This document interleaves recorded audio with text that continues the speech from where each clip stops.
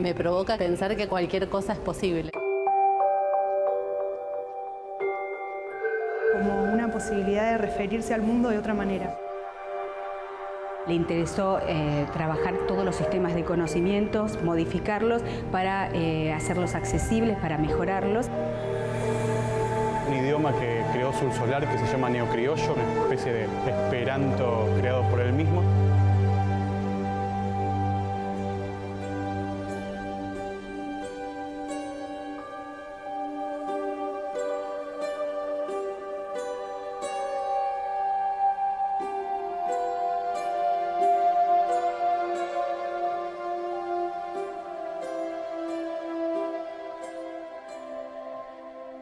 Mi nombre es Cecilia Rabosi, soy la curadora de la exposición Sul Solar Panactivista, que está en el Museo Nacional de Bellas Artes, aquí en Buenos Aires. La muestra presenta a Sul Solar en su aspecto de creador total, en donde van a poder visitarse y acercarse a la obra plástica, pero también a sus distintas creaciones.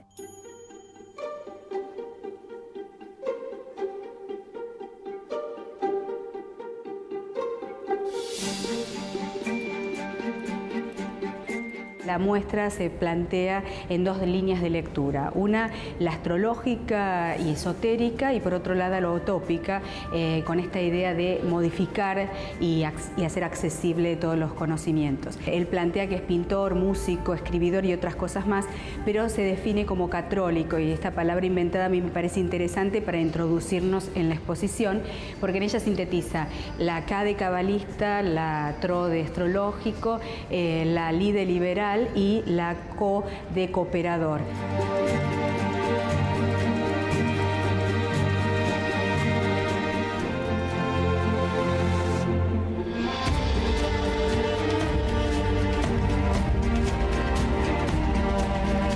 Es un artista que nació en 1887 y murió en 1963. Nació, digamos, y se desarrolló en un hogar donde su padre era de origen alemán y su madre italiana, y eso, digamos, le permitió manejar una serie de lenguas, desde, digamos, 3 lenguas originales, y después incorporar una cantidad de aprendizaje de lenguas que lo hacen imaginar, digamos, un idioma o 2 idiomas posibles. Decide ir a Europa en 1912 buscando un poco ampliar los conocimientos, no solo en el área plástica, sino en el campo de la filosofía, de las religiones, el campo esotérico. En realidad su nombre era Oscar Alejandro Sul Solari. En Europa él reduce sus 2 apellidos y los modifica para denominarse Sul Solar. En este primer núcleo de la exposición, en donde se trabaja la ida a Europa y el regreso a la Argentina en 1924, me parecía interesante trabajarlo, esos 2 momentos de su vida, a través de las amistades que entabló. Y una de ellas, para mí muy importante, es la de Emilio Petoruti, que tienen grandes periodos de convivencia, viajan juntos. Jules escribe mucho sobre Petoruti y de hecho los dos tienen una conciencia clara de que cuando regresan a la Argentina van a realizar un gran golpe al campo artístico local, porque frente a lo que por ahí ellos veían como pompié o académico, el regreso iba a significar un golpe, digamos, y un cambio más vanguardístico en este campo. El regreso a la Argentina sucede en 1924, se inserta dentro del ámbito de la revista Martín Fierro. Allí va a conocer a Jorge Luis Borges, a Marechal, a Oliverio Girondo, a todo este ámbito y mundo literario que le da, digamos, esa cobertura a todas esas búsquedas y planteos tan conscientes que tenía de esta modificación del campo artístico local.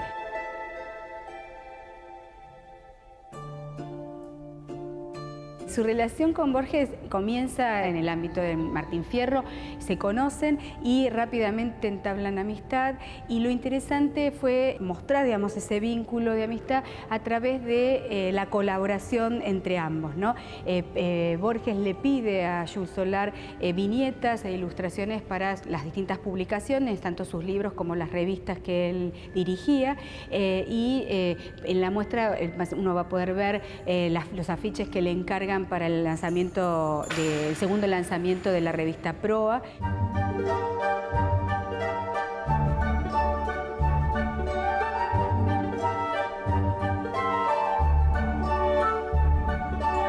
Hay libros en donde Borges directamente realiza dedicatorias a Jules, como planteándole que muchas de las ideas de esas primeras épocas de sus primeros libros se deben a la culpa de Jules, con lo cual también hay un grado de amistad, pero me parece que se intensifica cuando muere Jules. Borges me parece que siente la necesidad de mostrar, digamos, permanentemente, para que no se olvide a este artista, a este personaje tan completo, y desde los prólogos de los catálogos de las exposiciones o conferencias, él permanentemente desde el año 63 va a recordar a su amigo, que lo considera como un acontecimiento de la cultura. Jules Solar no era absolutamente convencional en nada. Digamos lo contrario de casi todos los argentinos. Él siempre le daba la mano a la sirvienta. Él no hacía diferencias entre una clase y otra.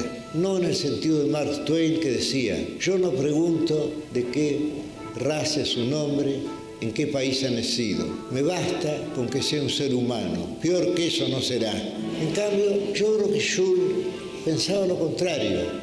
Sentía que todo ser humano puede perfeccionarse. El libro El idioma de los argentinos de Borges, que se publica en 1928, la tirada de 500 ejemplares incluía 6 viñetas de Jules impresas. Pero en algún momento, aproximadamente en esos años, Borges le lleva un ejemplar y le pide que lo personalice, que lo trabaje, que lo ilustre, más allá de estas viñetas impresas, para regalárselo a una tercera persona. De hecho, el libro está dedicado a esta persona y es el único ejemplar que existe con estas características, en donde a mano alzada él trabaja e interviene las hojas de guarda, realiza rellena, digamos, y colorea sus propias impresiones, y me parece que este elemento es un elemento único que además sintetiza también ese grado de amistad y de complicidad entre ellos. Yo lo sentí siempre como un maestro, aunque me sentí indigno de muchas enseñanzas suyas.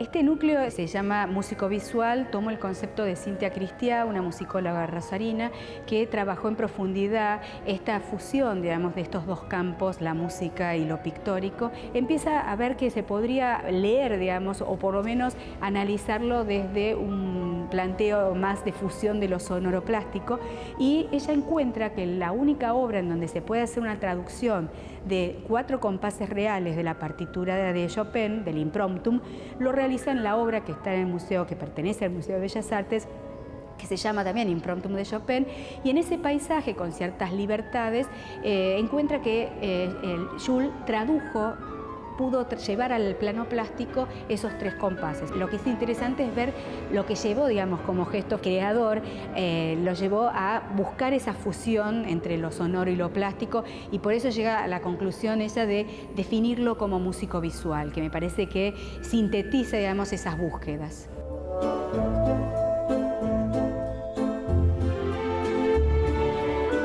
Me parecía interesante mostrar cómo la música fue una preocupación desde siempre. Vivía en un ámbito en donde la música tenía una presencia, el padre tocaba instrumentos, el abuelo también, y él mismo aprendió varios instrumentos. Pero cuando viaja a Europa, la música se manifiesta tanto iconográficamente con la representación del músico o del bailarín, pero también, digamos, en sus obras más abstractas, la incorporación del ritmo, ¿no? De ese ritmo plástico que uno puede ya leerlo con esta intención.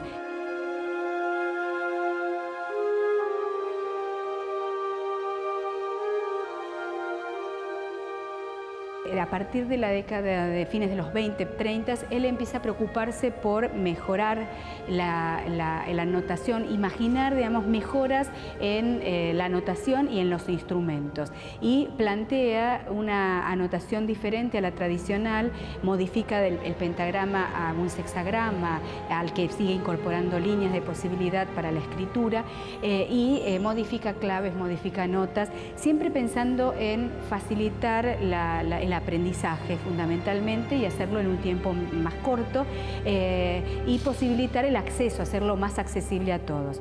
Pasa lo mismo con los instrumentos. Él va a modificar un piano, un armonio y un dulcitone. Él modifica el teclado, plantea 3 hileras de teclado e incorpora el color, y en el piano ya incorpora también la talla de cada una de esas teclas, porque incorpora también la posibilidad del aprendizaje táctil, ¿no? Él se plantea que una mano corta le es muy dificultoso digitar, digamos, el piano, y en ese momento de aprendizaje él imagina esa posibilidad. No modifica el sonido de los instrumentos, solo modifica el teclado.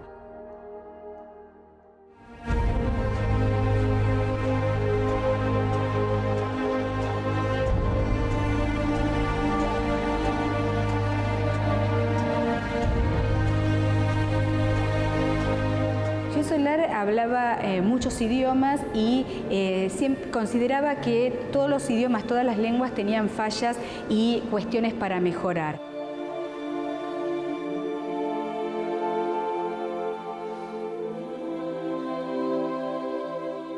En esa reflexión imagina la creación de 2 lenguas, una a nivel continental, que es el neocriollo, y otra a nivel mundial o universal, que sería la panlengua.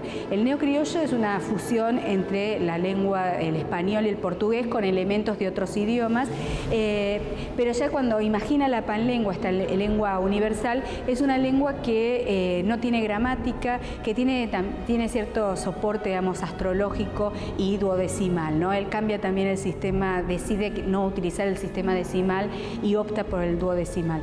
Entonces imagina, digamos, estas lenguas que permitan la unión y la confraternización de las personas en todo el mundo, y que no haya límites, y que la panlengua lo que permitiría es que las combinaciones son tan infinitas que todos podrían hablarla. No fusiona un idioma europeo, no fusiona el portugués de Portugal, fusiona el portugués de Brasil. Y también eso, digamos, me parece que tiene una carga, por lo menos geopolítica, importante. Me gustó esto que se llama, acá en el Museo de Bellas Artes, en la muestra de Jules Solar, que hay una muestra de un idioma que creó Jules Solar que se llama neocriollo, que es una mezcla del portugués con el español, es una especie de esperanto creado por él mismo, y me gustó que hay unas cartas y unos textos que explican cómo fue creando un idioma. El tipo le gustaba mezclar cosas y mezclaba, por ejemplo, se juntaba con Borges y hacía desayunos raros, tipo como por ejemplo whisky con chocolatada y con mejillones, y Borges decía atroz, era un asco, pero bueno, creaba cosas y también creaba un idioma. Y bueno, me pareció muy interesante.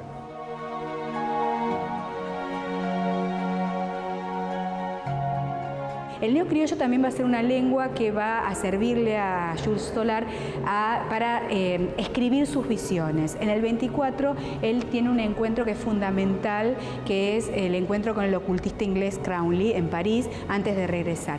Y allí él logra tener sus visiones a partir de métodos que Crowley comparte con él, y entonces él, como método, Crowley le exige que tiene que llevar un diario, pero él lo escribe en neocriollo. Justamente, aparte de ser una lengua continental, de unión continental, también el neocriollo es una lengua esotérica, una lengua que tiene claves de acceso a esos otros planos.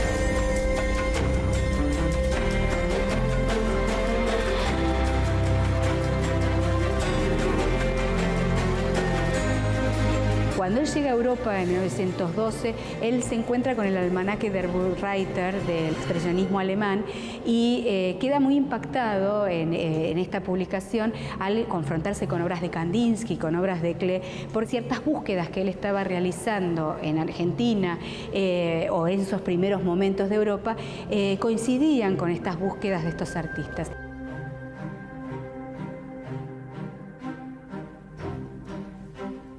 Es Es una combinación de colores muy linda y la verdad me encanta. Y nada, o sea, tiene figuras muy del autor, con lo cual me gusta. Y la combinación de líneas en cada una de sus capas de colores. Pero la verdad es espectacular. Es un artista que tiene, digamos, una impronta propia en su hacer plástico. De hecho, elige una técnica que es particular, digamos, la acuarela, en donde la trabaja en un grado de majestuosidad. En lo que logra es una técnica rápida, es una técnica que debe empezarse a acabarse, y es una elección particular, digamos, no elige otras técnicas posibles.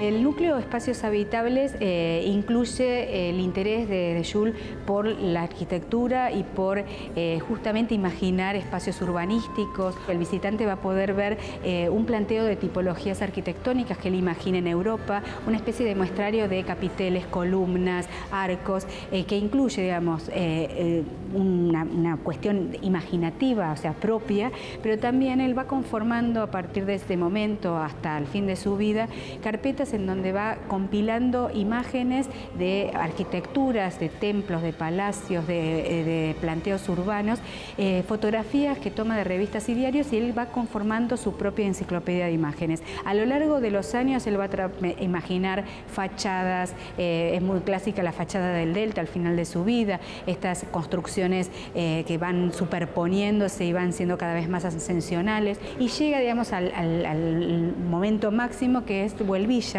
imaginar una ciudad futura, una ciudad que puede volar.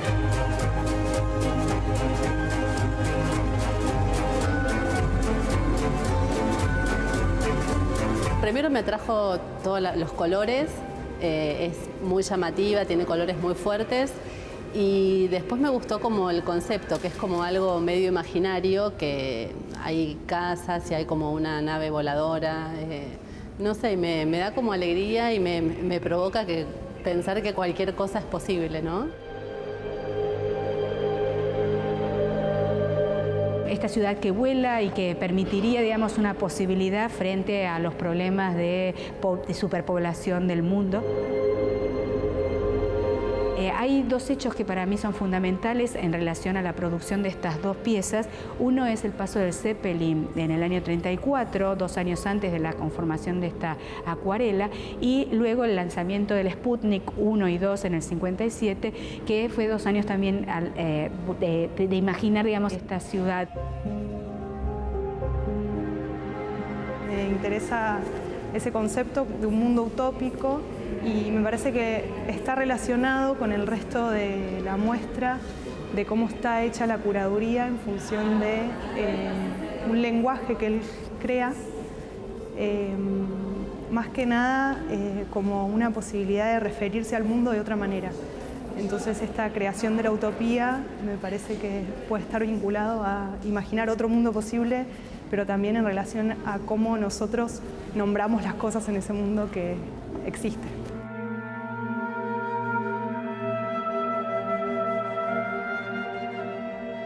Este núcleo es específicamente esotérico, si bien la obra toda puede leerse en esta clave astrológica esotérica.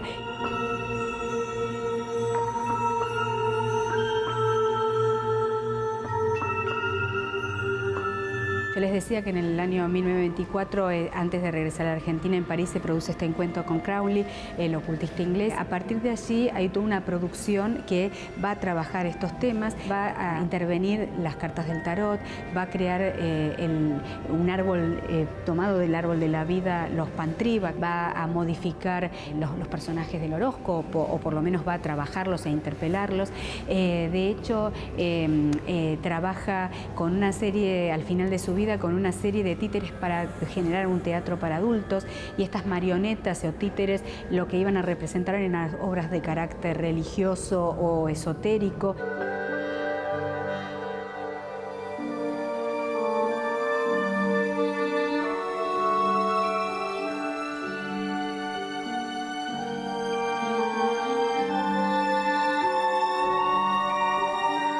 Este es el último núcleo, es el dedicado a las grafías plastiútiles, una escritura plástica que plantea hacia el final de su vida Jules, donde fusiona, digamos, el campo plástico con la escritura y en donde proponía a través de diferentes formas que podían ser geométricas, guardas, vegetales o mórficas. Sería una escritura que él plantea, son escrituras que en realidad corresponden a planteos religiosos o morales, están escritos en neocriollo, con lo cual tendríamos otro plano también para traducir una vez que develamos estas escrituras. Dentro de este núcleo están las cartas de la panlengua. Él hace un juego de 150 cartas en donde este juego permitía infinitas combinaciones posibles y que permitirían, digamos, esta escritura que él planteaba como escritura universal o escritura mundial.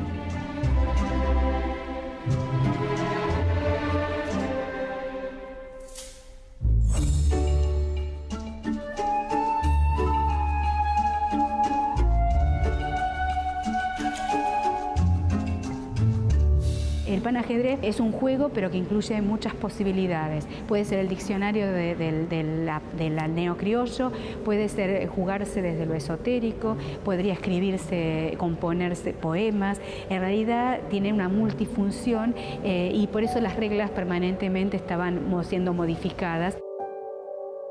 El juego de Jules estaba hecho de tal modo que al hacer una jugada, uno al mismo tiempo fijaba un horóscopo, componía un verso, decía palabras en uno de los dos idiomas inventados por él.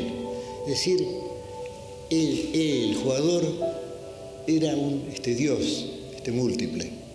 Ahora, yo nunca entendí ese juego, porque el pensamiento de Jules siempre iba dejando atrás la explicación del juego. Él daba una explicación, digamos, de tal regla del juego.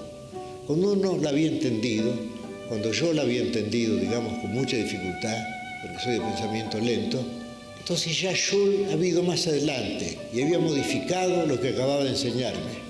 Entonces me comunicaba esa modificación, pero esa modificación la dejaba atrás también enseguida. Y así creo que nadie llegó a jugar al pan juego, ni siquiera el mismo Jules, porque siempre estaba en vísperas del juego definitivo.